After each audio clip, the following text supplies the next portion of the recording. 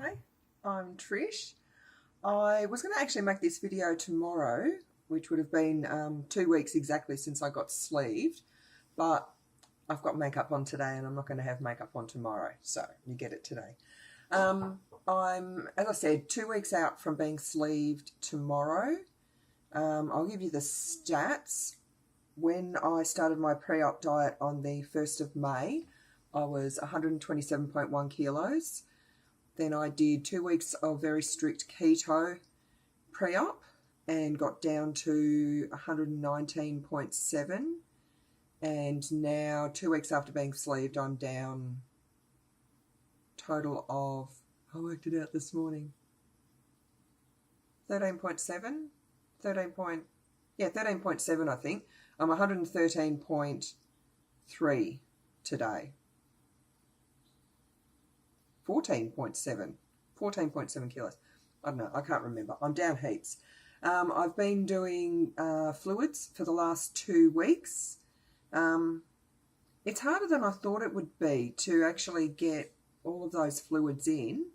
And well, 2 days ago, because I've been really trying to get tons and tons of fluid in and tons of protein water, and it's really, really hard because I want to keep my protein up. I want to I've been trying to focus on and prioritise fluids, so like hydration and protein, and it is hard. 2 days ago, I actually felt waterlogged. I felt like I just could not drink one more mouthful of any fluids at all.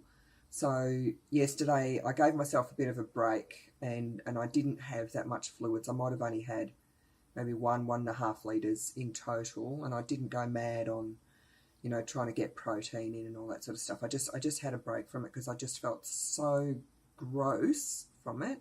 So I'm back into it today.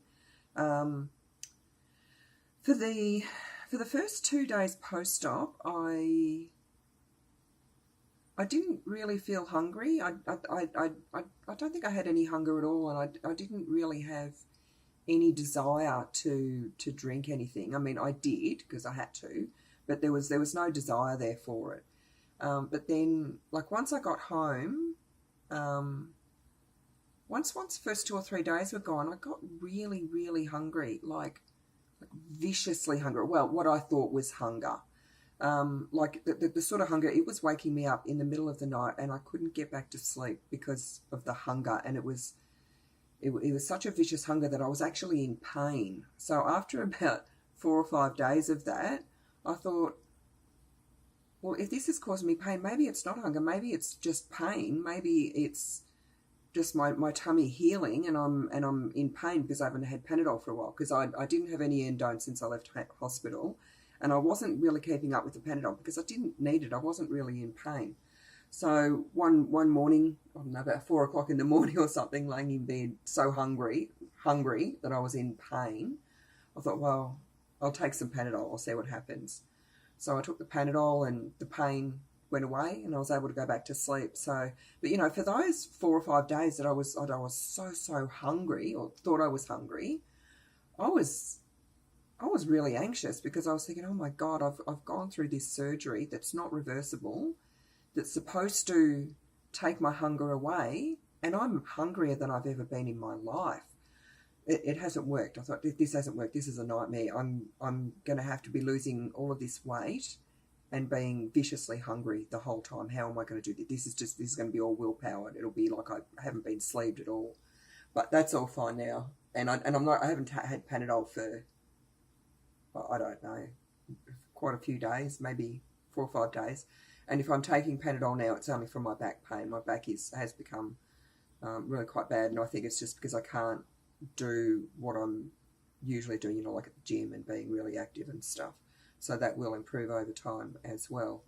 So yeah, since I figured out the Panadol, got rid of the hunger, so it wasn't hunger, it was just pain. And now I'm pretty sure my body's gone through that painful healing part of my tummy. No hunger, or if I do get hungry, it's just I haven't eaten for 3 or 4 hours. I'm a little bit pecky. I'll have some soup or whatever, and that sorts it out. As far as drinking goes, I've been, as I said, I've been trying to really prioritise hydration and protein, and I got myself into a bit of a routine where I was managing, and I will put my glasses on to read this. And I worked it out because I didn't want to go down that road that I went down when I was lap banded with counting calories and protein and fibre and sugars and everything. I want to avoid doing that because that's when my brain gets really, really, really messed up. But I was stressing so much that I wasn't getting in enough fluids and I wasn't getting in enough protein and enough calories that I thought I'm just going to do an audit and see exactly where I'm at so that I can put my mind at ease. So I did that. I looked up, because no one's told me what my calorie intake can be, and I've read things that say between 300 and 600 calories, and then I've read other things that say between 600 and 1,000 calories, so I'm going to go with the lower one. So between 300 and 600 calories, and I'm supposed to be getting in, when I use calculators for protein, between 60 and 80 grams of protein a day, I think. And when I was in hospital, they said to try to get in a minimum of 1.5 litres of fluids per day. I normally drink a lot more than that. I normally get in about 2 to 2.5 litres of fluids per day because I'm just a sipper all day, always have been for years. So anyway, I did an audit on what I was having. What I was having was 3 600ml shakers of protein water, and I did it like a most case scenario, like what I would have the most of, like in a day. If I had everything that I could conceivably stuff in my body, this is what I'd be getting. 2 coffees, which I've been making with some Gloria Jean's vanilla or salted caramel sugar-free syrup, and 10 mils of light cream. Plus 2 runny soups. I was having canned soups because they're just easier, but they ran out, so I just got some of my regular keto soups out of the freezer and blended them up, and they're fine. So I get 2 soups with 2 teaspoons of beef collagen protein powder, just to boost the protein, plus a yogurt. I call it a yogurt, but it's about 40 grams of yogurt, and then 2 teaspoons of chocolate protein powder, plus about 10-15 grams of pureed prunes, and then I top up the rest with milk up to about 110 mil, or 110, up to about 110 grams. Because on the paperwork I was given from the hospital, it said to have, like my fluid meal, so my soups and my yogurt, 100 mils or half a cup. I don't understand.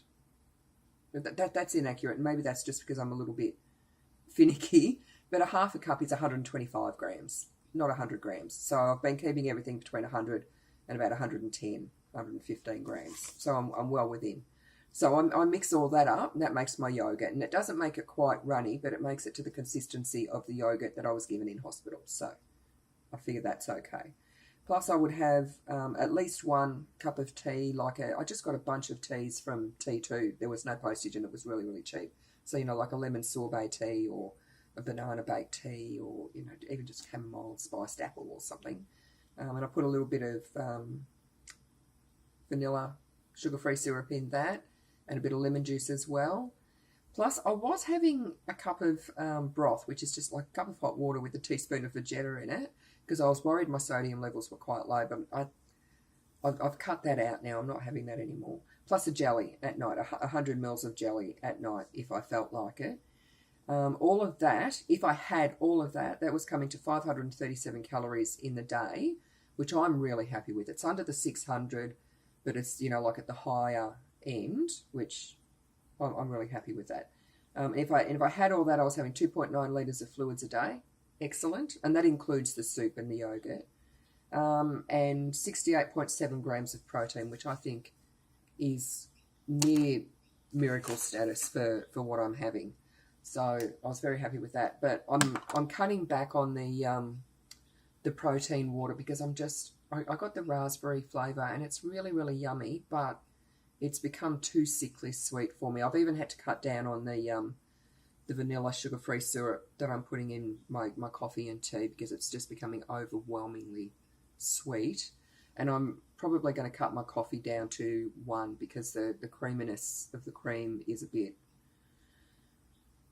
it's just becoming a bit sort of cloying for me. Or I might still have 2 coffees, but I'll have 1 with cream and 1 without. And I'm putting the cream in because I need the fat in my diet, and I'm not really getting it anywhere else. I'm not going to be silly about this. I'm going to be trying to do low carb, high fat, or proper keto. So obviously I can't do high fat now, but as my food intake is increasing, I'm going to be definitely including good fats in there. I'm feeling pretty good. Like I've got no pain. I'm sleeping really well. My mobility is really good. I've been to the gym twice. I've worked all the way up to 2.5 kilometres an hour and 800 metres in 20 minutes with my daughter watching me like a hawk. But I will be, the next time I go to the gym, probably tomorrow, I will work up to 3 kilometres an hour and then 3.5 kilometres an hour up to probably about 4.5 kilometres an hour. Which is fine. That's my normal walking pace and I'm allowed to walk. So I'll just be doing whatever I can do in 20 minutes and I'm not doing anything else at the gym until 6 weeks. So I've had to quit my planking, my other yoga stretches, some of my like weights work. And I'm really noticing that my arms are really, really sore from if I've just got to do anything to reach up to do anything, my arms get really, really sore. But I know all of that strength and fitness will come back really, really fast. So I'm pretty good. I started maybe about a week ago, I think, to get really tired. I hadn't been tired up till then. I was on fire. I had not even had a nap. Now I'm having a nap every day, getting very, very tired. If I get up in the morning and I'm also sleeping later, I'm normally up by about 8:30 or so, sometimes even like 7, but I'm sleeping till around about 9, 10 o'clock in the morning, which is very unusual for me. But at this stage of my recovery, my body obviously needs to sleep to heal, so I'm just going with it. If I get up in the morning and I have a shower and all I do is just brush my teeth and wash my body, I'm fine. I get out, I get dried, I get dressed, come out, make coffee, soup, whatever, I'm fine.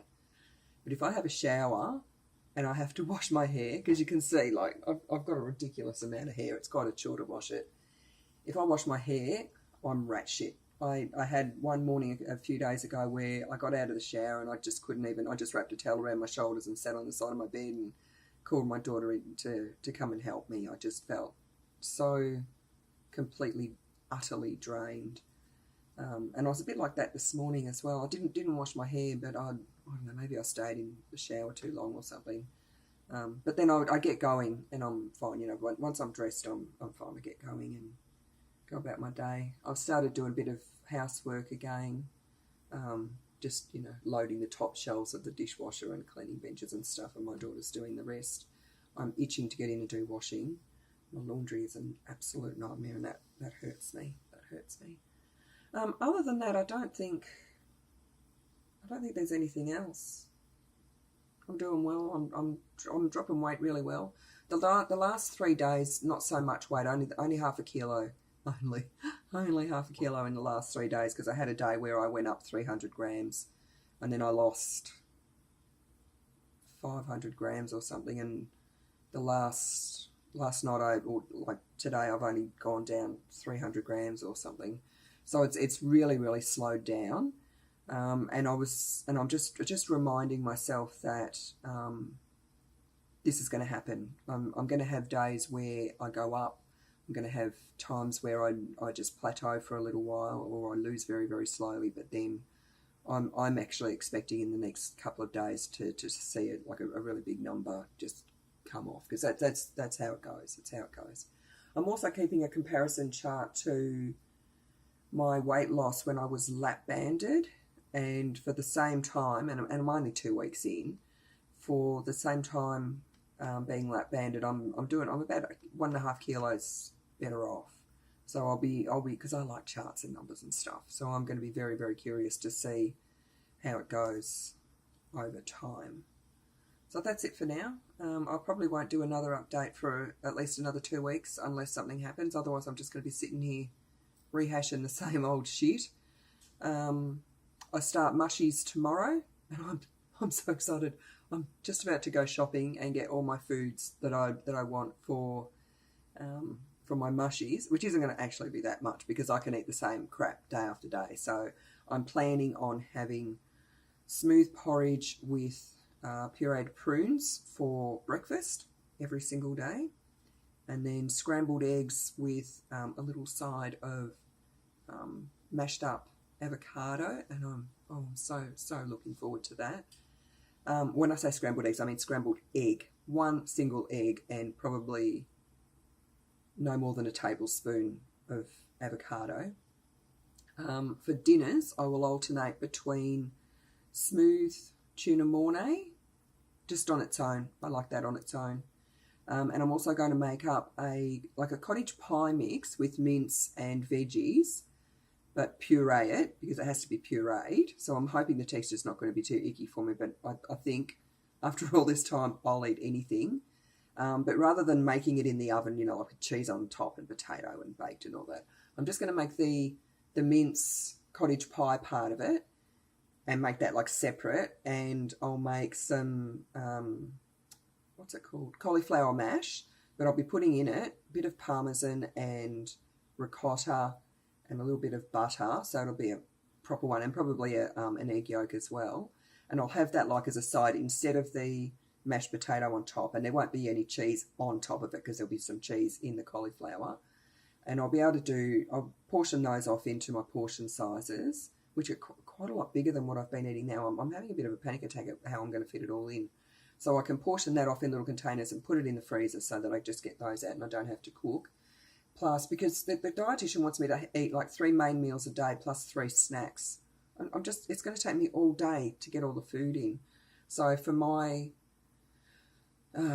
two snacks that I'll be having either smooth ricotta and pureed fruit, like pureed pineapple or prunes or peaches or whatever, nice soft fruits, and smooth cottage cheese with pureed fruits, because I'm so looking forward to that. I love that. Normally with the chunky fruit, but pureed, it'll be really, really good. Or maybe even just some yogurt and pureed fruit.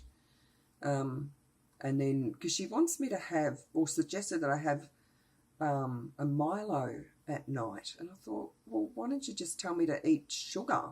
So I am not, as much as I would love to have a Milo, I'm not.